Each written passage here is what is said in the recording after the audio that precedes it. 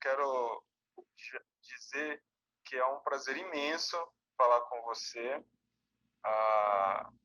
Seu livro, eu já estou com ele há mais de um ano e ele me inspirou a fazer meu TCC da psicologia positiva. Jura? Ai, então, quanta honra! É um fanboy que está falando com você aqui. Ah, coisa boa!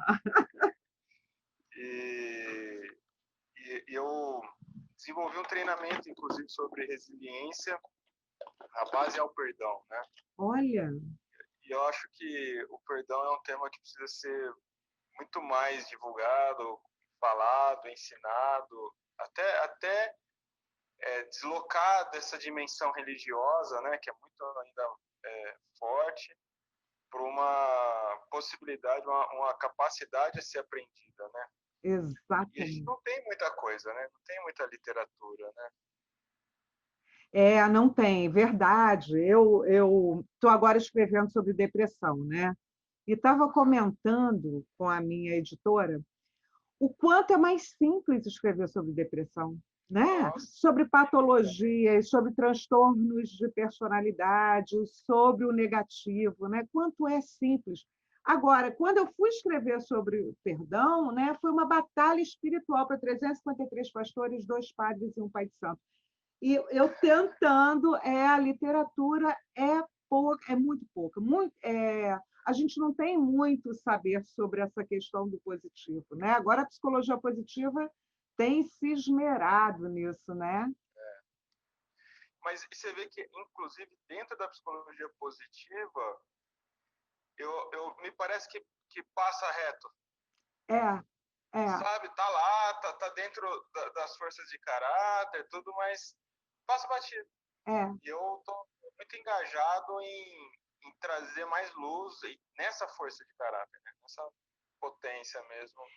Porque, na verdade, né, o que eu começo a fazer no livro é uma desconstrução do conceito, né? Primeiro eu faço um percurso histórico para dizer o quanto o tema foi exclusivo da religião por algum tempo, né? Por muito tempo, 2000 anos. E agora a gente resgata, né, e traz para a ciência para pensar o perdão como uma força de caráter que pode ser aprendido, né? Porque perdão tem a ver com decisão e não com sentimento, né? Então tem a ver com uma decisão e uma prática. Então, como é que a psicologia positiva agora toma esse conceito, e a neurociência também, porque as pesquisas em neurociência, né, começam a apontar que o perdão ele faz bem para o corpo físico, inclusive, né? Então, e aí eu desconstruo o conceito, porque as pessoas se equivocam sobre o que é perdoar.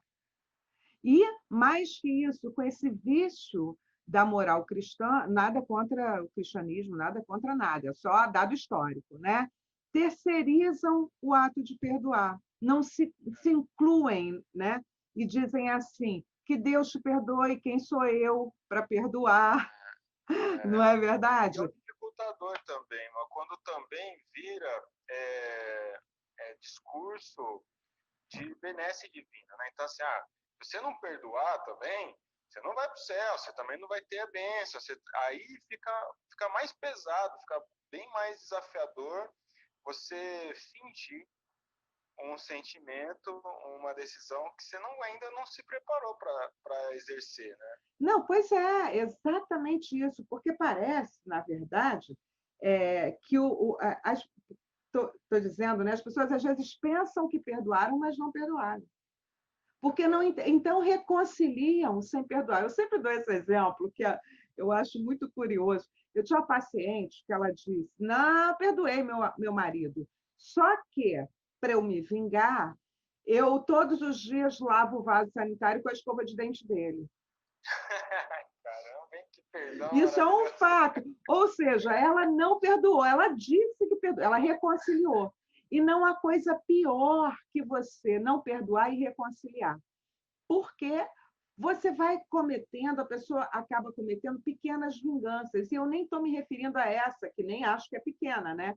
Você lavar o vaso sanitário com a escova de dente de alguém.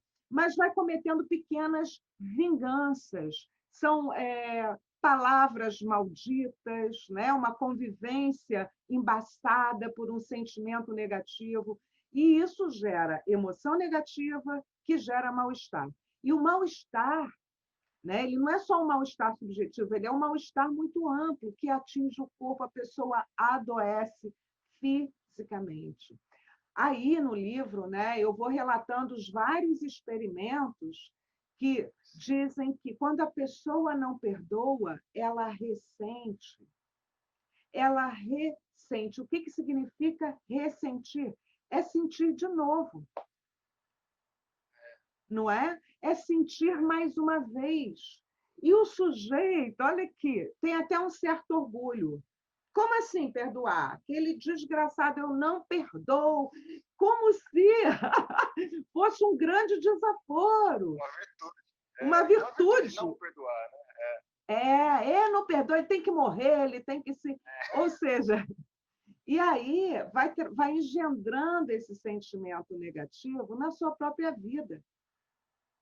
Porque o cérebro, ele não faz a menor diferença, não tem a menor distinção entre o que você pensa ou imagina e o que você vive. Tanto que, se você tiver mal e triste, se você for para uma praia paradisíaca, você vai continuar triste. Aquilo vai estar cinza.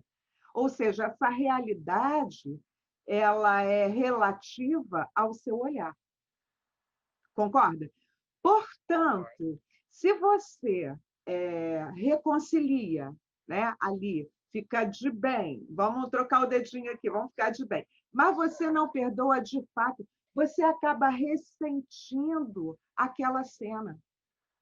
Nas situações traumáticas da infância, isso é absolutamente necessário, porque senão o sujeito, em vez de ser violentado só uma vez, ele vai sendo violentado todo santo dia. Você concorda com isso? Você trabalha com clínica também? Com clínica, não. Eu sou filósofo e tenho formação na psicologia positiva. Ai, que E delícia! eu Eu amo trabalho com filosofia. cursos. A gente desenvolve cursos, treinamentos, e é nessa linha que a gente atua. Que Mas coisa mais em volta linda da gente, isso! Eu amo em volta da gente filosofia. tem alguns psicólogos. A gente entrevistou na semana passada, no programa anterior, a Sheila Drummond, de Curitiba, que tem um trabalho bem bacana também dentro da psicologia positiva com o Mindfulness. E a gente tem trazido aí para junto da gente pessoas incríveis como você hoje. Ah, muito obrigada, adorei essa parte, gente, amei. E olha só, eu amo filosofia, eu acho que sem filosofia a gente não entende construção de conceito. Você entende que essa desconstrução do conceito é necessária para que a gente repense o que significa perdoar ou qualquer outra coisa? Se não se debruçar sobre a temática, é um debruçar sobre a temática sem juízo, né? Com uma investigação mesmo do que eu estou procurando ali de fato. Mas você fez muito brilhantemente nessa obra, né? Quando você começa a falar da religião, aí você traz a filosofia. A hora que eu vi que vocês fez o capítulo sobre filosofia, nossa, isso foi desafiador, porque não é uma parada que eles se ocuparam, né? Não é um assunto que eles realmente se ocuparam. E ainda você garimpou ali. Garimpei. Alguns. Deve ser muito mais difícil que o religioso, obviamente. Né? Ah, sim. Ele vai evoluindo para as possibilidades metodológicas, até que depois outros psicólogos foram desenvolvendo aí no processo. Né? Então é incrível. E os seus estudos de caso, ficou. Bom, eu acho que todo mundo tem que ter acesso a esse livro, né? E como parece meio acadêmico, e não é, né? Não. A linguagem está muito acessível, está muito fácil. Eu tenho, pois é, olha aqui, eu acho que o saber tem que ser democratizado, ou seja, as pessoas precisam ter acesso. Eu fico muito cansada, eu vou a congresso, apresento trabalhos, eu escrevo artigo científico, acontece que eu acho muito chato. Porque fica uma coisa, não é verdade? Fica uma produção fordista de artigo que não necessariamente as pessoas vão ler, ou seja, todo mundo repetindo o que o outro diz, ou o que o outro diz. Eu acho que, principalmente em psicologia, os saberes têm que ser aplicados, tem que ter aplicabilidade.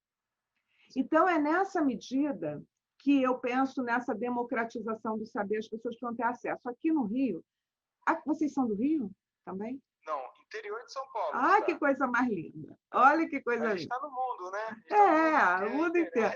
Mas aqui, eu sou coordenadora de projeto de uma revista chamada Papo Cabeça. O que significa isso? Por que esse nome? Né? Porque a gente simplifica os saberes que foram produzidos, os artigos que foram produzidos pela ciência, sabe? Para que todo mundo tenha acesso ao assessorista. Eu não estou dizendo que todo assessorista, não, mas que tenha, sabe assim, que chegue a esse lugar e não fique só na questão acadêmica.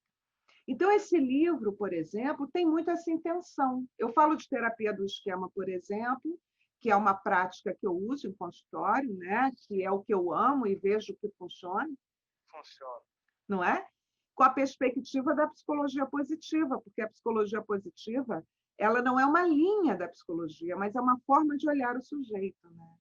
O que é lindo, né? O sujeito funcional. Há um resgate, eu acho, que dessa perspectiva que vem de Aristóteles, por exemplo. Sim. Né? Que é aristotélica. Enfim. Você já viu? Olá, Sapiens! Esse é o nosso 7º Sapiens Podcast. É um prazer estar aqui com vocês mais uma vez. Eu sou a Paula Santana, jornalista social media aqui do Sapiens. Ao meu lado, o Rodrigo Queiroz, que é filósofo, especialista em psicologia positiva e CEO da Sapiens. Tudo bem, Rodrigo? Tudo bem, Paula? Olá, Sapiens! Seja muito bem-vindo a mais uma edição do nosso Sapiens Podcast. E hoje estamos aqui na companhia maravilhosa de quem, Paula? Da Adriana Santiago. Rodrigo, a Adriana, ela é psicoterapeuta com 27 anos de prática clínica. Além disso, ela é diretora do Núcleo de Aplicação e Pesquisa da Psicologia Positiva, no AP, no Rio de Janeiro. É supervisora clínica e especialista em neurociências pela Universidade Federal do Rio de Janeiro, psicologia positiva, terapia cognitiva comportamental e transtornos alimentares. Além disso, ela é professora especialista em terapia do esquema e psicologia positiva, doutora honoris causa, premiada com o prêmio Caneta de Ouro pelo livro O Poder Terapêutico do Perdão, colunista e diretora da revista Papo Cabeça, publicada no Rio de Janeiro, coach empresarial com vasta experiência em potencialização organizacional e coautora de diversos capítulos de livros que se referem ao bem-estar subjetivo, incluindo a psicologia positiva, teoria e prática e psicologia positiva aplicada à clínica, palestrante internacional. Ufa! E não dorme. Não! Bem-vinda, Adriana. Tudo bem com você? Gente, um prazer enorme estar aqui conversando com o Rodrigo Queiroz, com você, Paula. Um prazer imenso falar aqui para esse canal que é maravilhoso, né? Que eu acho que só estuda coisa boa, né?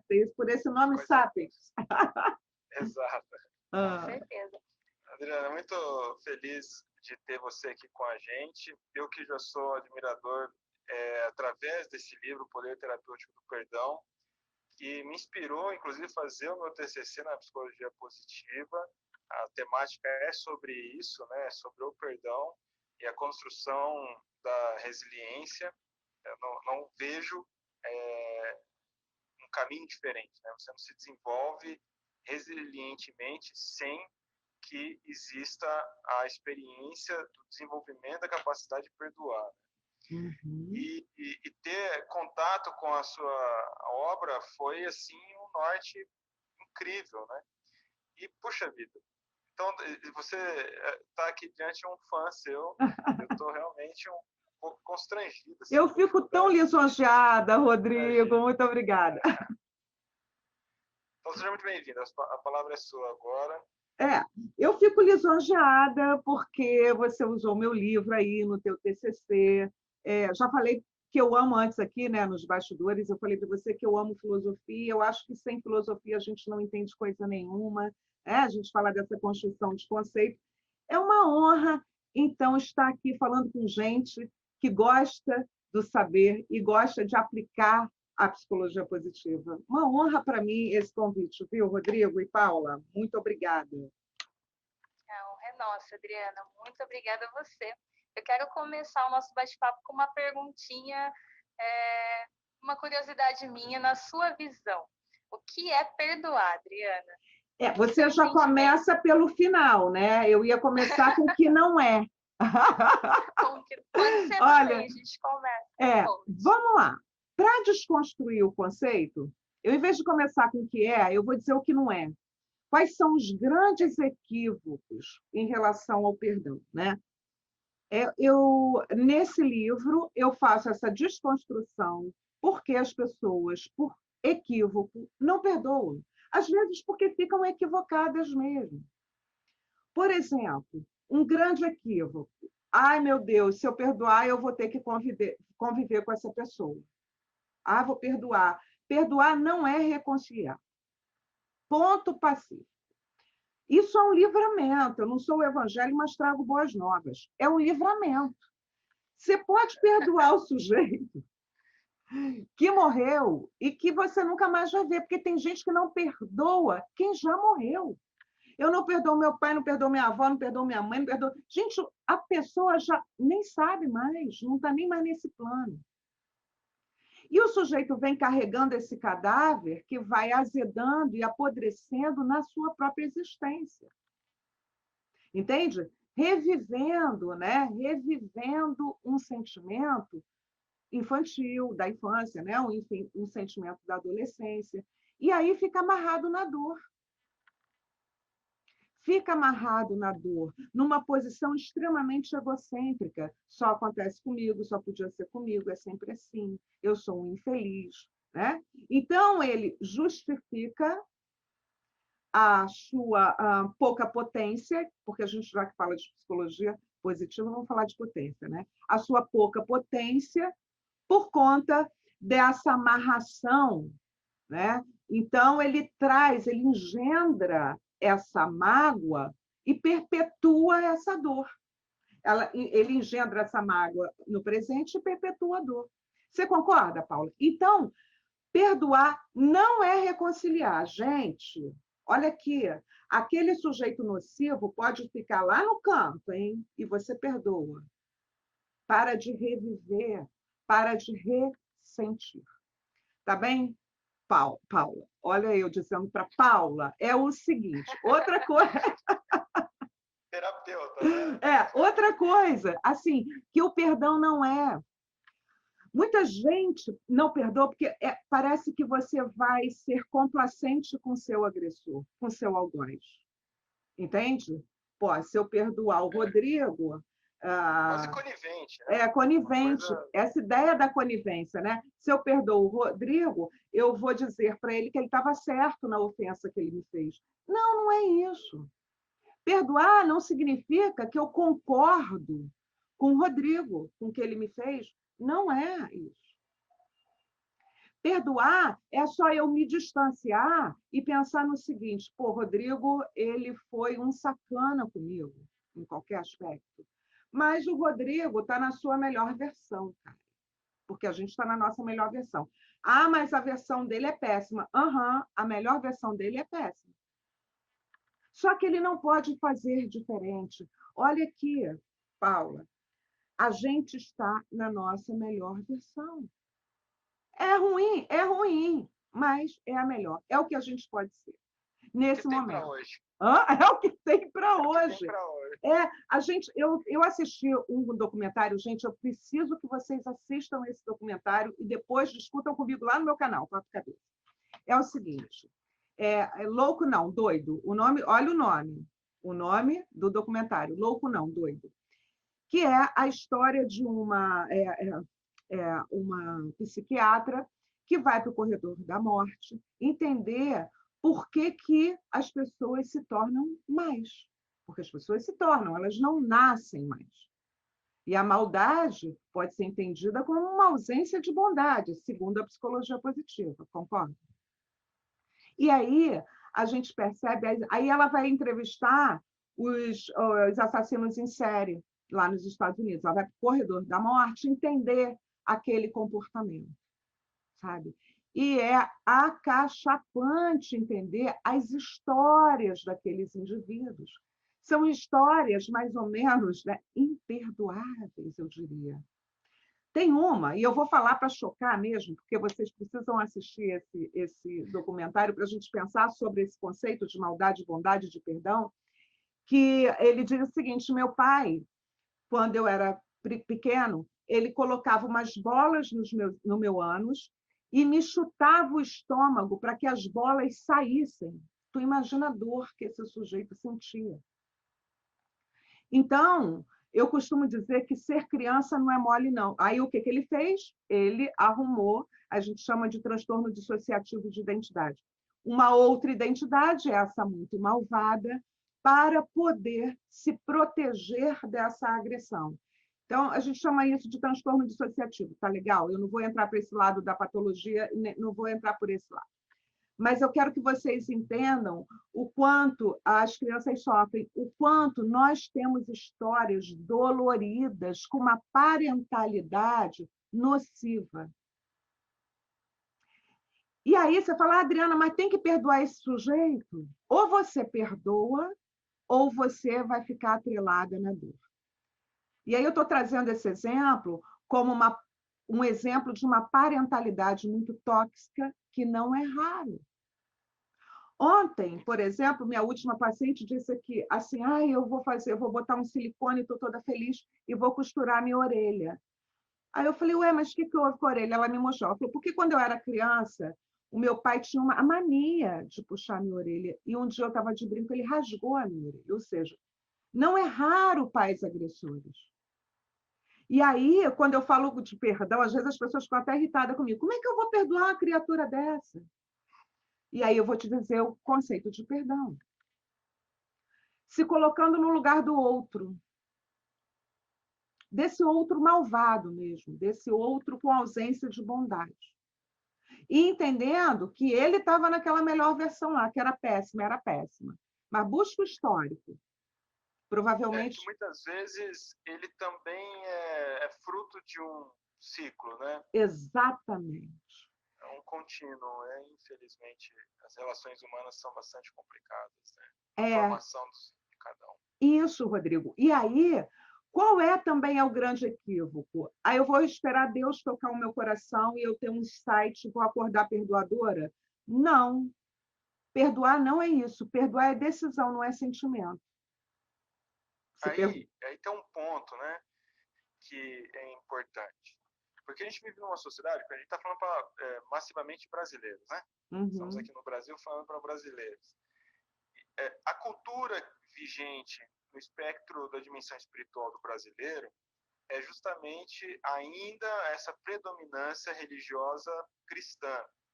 Quer seja ela numa versão catolicista ou protestante, ainda e mesmo nas outras manifestações, esse vulto está impregnado na nossa cultura espiritual. E nessa cultura espiritual, pressupõe que o perdão é uma dimensão de santificação. Uhum. É uma transcendência do indivíduo para o colo do divino, né? Do sagrado.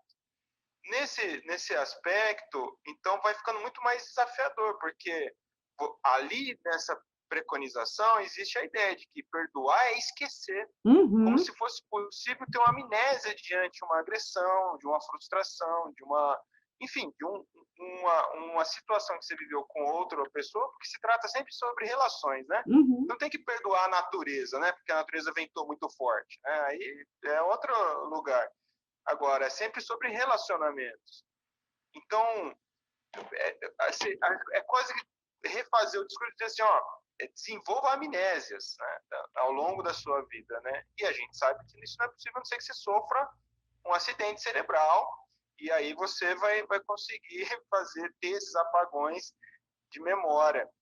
E se não é possível ter amnésia, então não dá para poder levar ao pé da letra a ideia de que você tem que esquecer a agressão, você tem que esquecer aquela dor que alguém te causou, aquela decepção, aquele desacordo, né? Enfim, qualquer dimensão. A gente tem que sempre levar para vários lados, né? Porque as experiências de cada um têm muitas camadas, né? Em que entra o tema perdoar, né? E também ser perdoado, né? A busca do perdão. E aí é uma relação, uma via de mão dupla sempre na nossa história. Então, a gente está falando aqui numa perspectiva científica, né? A gente ainda nem traçou ainda alguns detalhes das novas descobertas da neurociência, por exemplo, sobre os efeitos positivos do perdão efetivo, né? Uma estratégia técnica mesmo para chegar a essa experiência. Mas aí a gente tem esse peso muito grande da consciência impregnada, né, na educação nossa, de que você deve perdoar sempre, 77 vezes 7, e ainda que você possa fazer isso de forma estratégica, mas que isso significa um olhar de Deus, né? Porque, na verdade, não é a outra face. Eu acho que a gente deve perdoar 70 vezes 7. A questão é, a gente não deve dar a outra face, né, Rodrigo? Não tem problema, né? Não tem problema. Desculpa, eu te interrompi. Fala, que eu ia falar sobre então, por exemplo, a história acho que a gente tem de forma mais emblemática aqui é a história do Desmond Tutu, né? E até no seu livro do Perdão, ele narra a experiência que ele teve, é uma coisa que qualquer outro ser humano tem muita dificuldade de caminhar o caminho que ele trilhou, né, para perdoar aqueles agressores da família. Agora, é possível, ele mostra que é possível. E não é conviver com o seu algoz. Agora é o ponto, né, crucial. Perdoar não é aceitar a ofensa, não é reconciliar necessariamente, e não é, portanto, conviver, né? Agora, também pode ser. Aí também cada um pode tem que ser. saber as suas dimensões. Claro, também pode ser. Aí tem umas coisas assim, perdoar e esquecer, não é esse equívoco conceitual, né? Perdoar e esquecer, claro que não é. O nome disso, como você disse, é amnésia, não é perdão.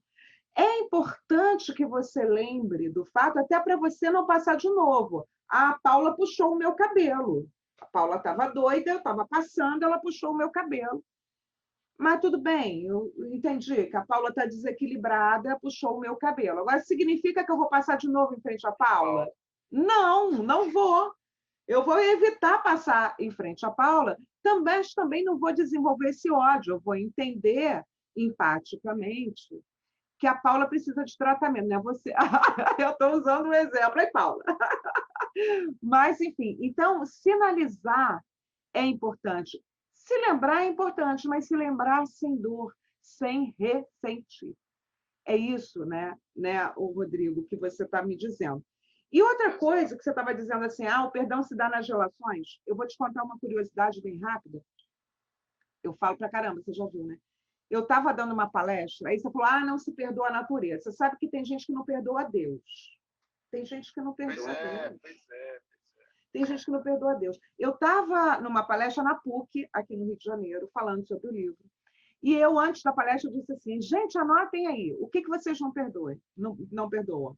Anotem. Aí fiz a palestra. Quando finalizei, eu disse, quem quer me contar o que não perdoa? Quem quer me contar? E uma moça, chorando muito, levantou o dedo. Ela devia ter uns 56 anos de idade. Olha, eu, aproximadamente 56 anos e 5 meses. E ela disse assim para mim, chorando. A minha mãe morreu no ano passado, em abril. E ela chorando copiosamente. E meu pai, depois que ela morreu, ficou muito triste, morreu em novembro. Falei, onde é que está? O que você não perdoa nesse caso? O que você não perdoa? O fato dos dois terem morrido. Aí eu falei, não é uma epifania, mas eu vou ter que te dar uma notícia. Você também vai morrer? Eu vou morrer. Essa loura linda de olhos azuis aqui na minha frente também vai morrer. Todos nós vamos. O que você não perdoa? E ela finalmente, né, por uma certa pressão, me disse, católica, não perdoo Deus. E eu, que nem tenho religião, falei, Porque para o cristianismo não cai uma folha do céu sem que Deus permita.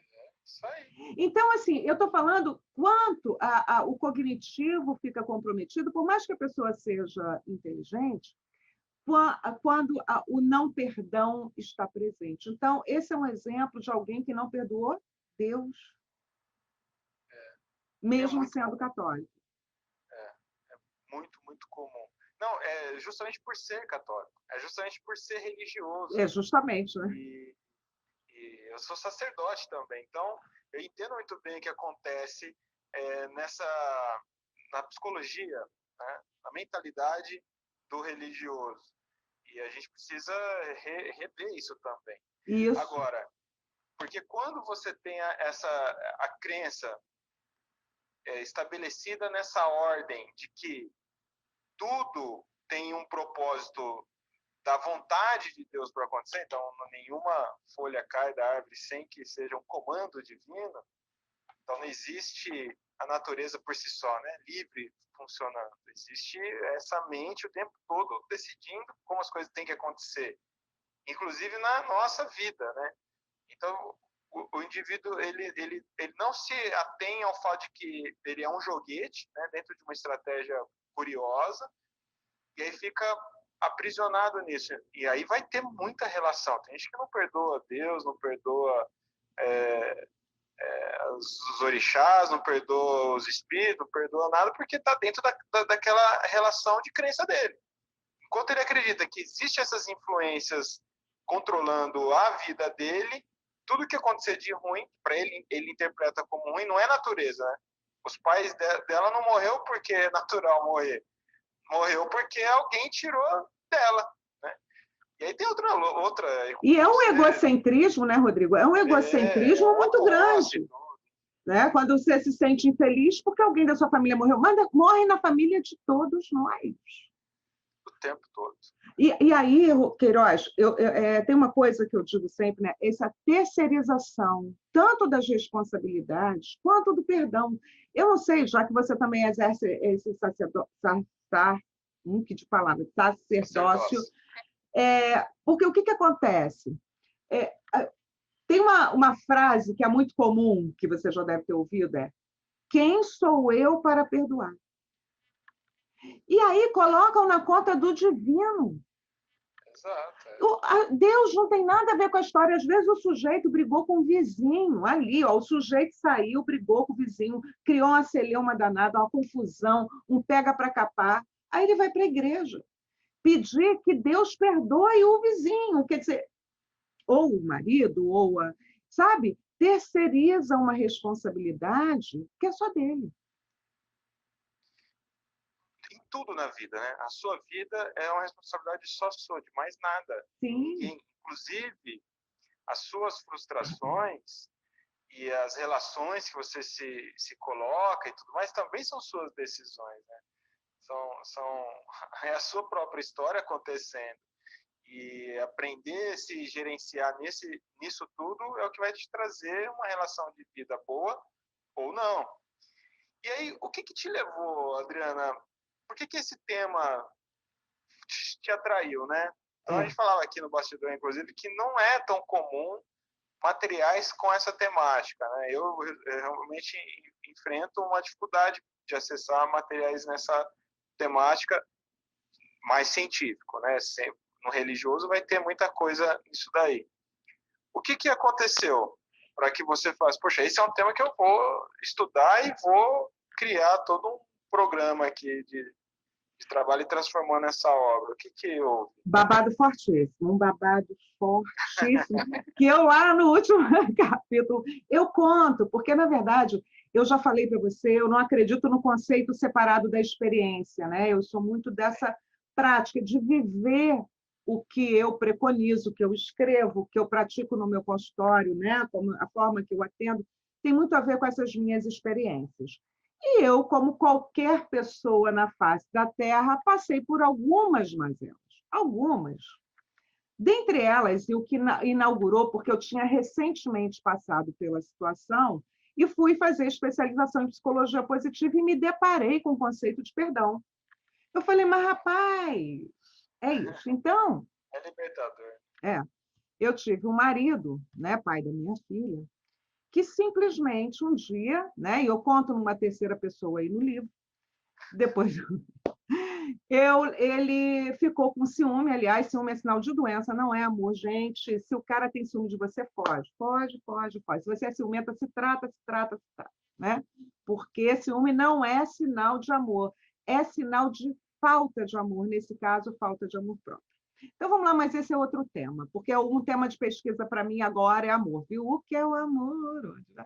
Mas, enfim. Aí,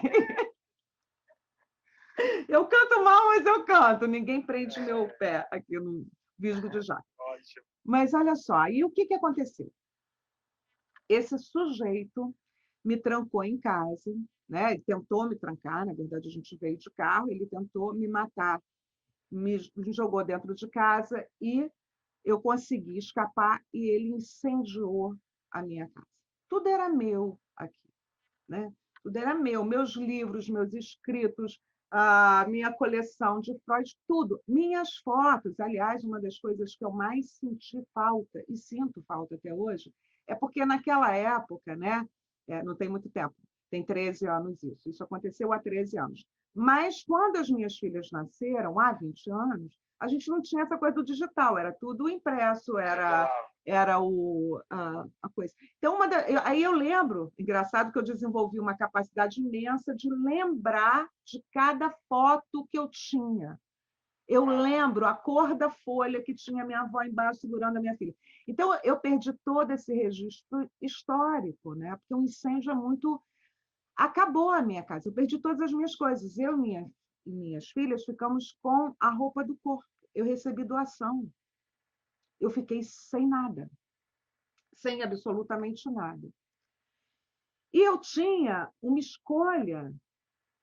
Ou eu me sentia vítima e desenvolvi um imenso ódio por essa criatura, né? E ficava ali gastando a minha potência de vida, querendo vingança. Ou eu ia lá na delegacia, registrava a ocorrência, que foi o que eu fiz, porque isso também não quer dizer que eu não vá lá e registre a ocorrência, até porque, né, eu tenho que botar a vida para andar. E voltei e decidi reconstruir, tijolo a tijolo. Obviamente, eu tenho pais maravilhosos, na época meu pai era vivo, que me auxiliaram, não auxiliaram do tipo moralmente, né? E o que eles puderam fazer, eles fizeram. Mas eu comecei tijolo a tijolo a reconstruir a minha história. Fazia de tudo, até transporte escolar. E o que aconteceu? Assim, desgraça pouca é bobagem. Desgraça pouca é bobagem. Eu tive um outro casamento, o casamento anterior, o pai da minha filha morreu em dezembro, ou seja, então até a pensão que eu tinha, que pagava a escola da minha filha, né, eu já não tinha mais, porque apesar de ser funcionário público, tinha um tempo que a gente ficava sem até pegar o registro da morte, enfim. Então, eu não... Não, foi o outro, foi o meu primeiro marido, esse outro era o segundo. E aí, quer dizer, então ali eu perdi uma ideia de família que eu tinha, que era ótima, eu adorava, eu fiz vários lutos naquele momento. Coisas pessoais, porque você perder com esse incêndio, você não tem mais... O registro da sua história vira cinza. O registro da sua história vira cinza. E olha que eu não sou apegada às coisas materiais, já não era, e agora sou menos ainda. Porque eu entendi que eu posso viver muito bem sem tudo aquilo, né? E o que eu fiz, Rodrigo, foi processo, tá? Primeiro, e eu contando minhas coisas aqui, ó, sessão de terapia. Bom, mas primeira coisa... Mas é importante, porque assim, ó, não é um instalar, né? Você viu a casa pegando fogo, você já decidiu. Agora claro que não, menino! Um processo doloroso. Primeiro... O que aconteceu, né? A dor toda aconteceu. Claro, eu não estou dizendo que não é difícil. Olha só, quando eu vi, eu só sei que eu sentava, assim, eu sofri com educação, porque eu sofro com educação, né? Educação, elegante, toda trabalhada na educação para sofrer aquele momento. Quando eu vi a casa totalmente pegando fogo, aí bombeiro e tal, não sei o quê, eu sentada, aí meu cachorro veio para perto de mim, porque cachorro tem isso, né? Ele ficava o tempo inteiro comigo. E era carnaval, estava garoando um pouquinho, foi dia 4 de fevereiro de 2004. Gente, tem mais tempo. Foi 2005. Data ruim, eu esqueço. E aí, quando o bombeiro passava, falava, eu lamento muito. Eu falava, tá bom, tem um calmante? Eu não tomo remédio nenhum, eu sou essa anti-medicação, sabe? Você poderia me dar um calmante? você teria um calmante para me dar? Aí chegava um vizinho, eu sentada com educação, educada. Você teria um calmantezinho para me dar? Ninguém tinha. Naquele momento, estava todo mundo muito desesperado. Eu falei, você poderia me levar lá no posto de saúde para poderem me dar? Assim, nesse nível, Rodrigo, nesse nível.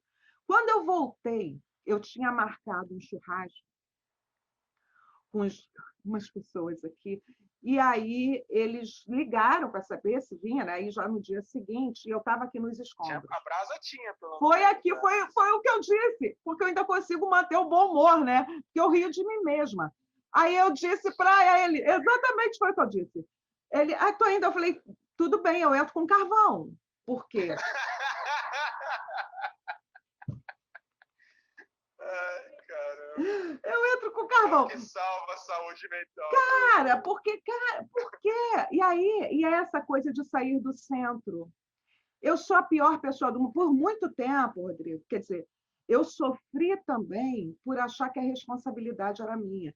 E porque, de alguma forma, as pessoas diziam, quem mandou? Será que você não percebeu? Eu, por muito tempo, achei que a responsabilidade por aquela violência era minha. Muitas mulheres acham isso, né? Por muito tempo. E olha que eu escolada, né? Escolada. Então, foi uma coisa, foi um processo. Um dia, então, não me permitia chorar. Eu sempre brincava, fiquei aqui, ó. Ele fugiu, desapareceu, nunca mais apareceu, sumiu, desapareceu do mapa. Antes ele ficou olhando, é aqui onde eu estou, porque ela tinha 2 andares, eu só de sacanagem, posso falar sacanagem nesse site, né? Eu tinha uma casa com 2 andares, construí uma com 3. Trabalhando, sabe assim? Só para irritar, a coisa da resiliência, a gente volta melhor. A resiliência supõe isso, né?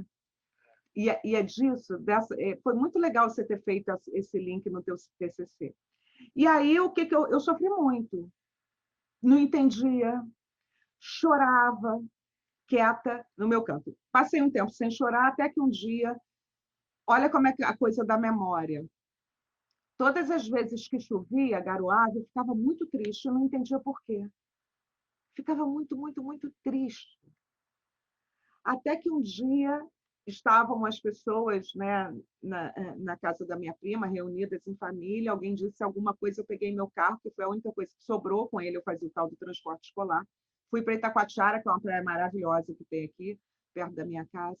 Fechei os vidros e comecei a urrar, a gritar. Sabe aquele grito assim, aquele que vem aqui, ó? Cultural. Nesse momento, eu falei, cara, preciso perdoar, me perdoar por ter escolhido mal o pai da minha filha, né? E perdoar esse sujeito. Foi péssimo, mas ele estava na melhor versão dele. Ele estava na melhor... Ele não podia ser melhor, só podia ser isso. Eu, por acaso, passei na frente dele. Vou aproveitar o ensejo e aprender com essa história. Um nível de empatia também. Claro! E eu juro para você, nunca mais vi a criatura, né? Tem tanto tempo, o pai da minha filha sumiu. Mas eu digo para você, se eu encontrá-lo doente, caído na calçada, levanto e levo para o hospital. Eu só não quero na minha casa, porque eu não sou obrigada a conviver, passar de novo, né? Mas eu pego e levo para o hospital. E depois até telefono para saber, morreu ou não, como é que está, precisa de ajuda. Então. A gente vai incinerar ou não, né? Vai enterrar. Vai ser cremada. Quer que eu creme? Não, eu não tenho o menor desejo de vingança, Rodrigo. Porque aí é o rancor. Né? É o rancor. Nenhum, ao contrário, eu quero que ele seja muito feliz, porque a gente feliz não enche o saco, no mínimo.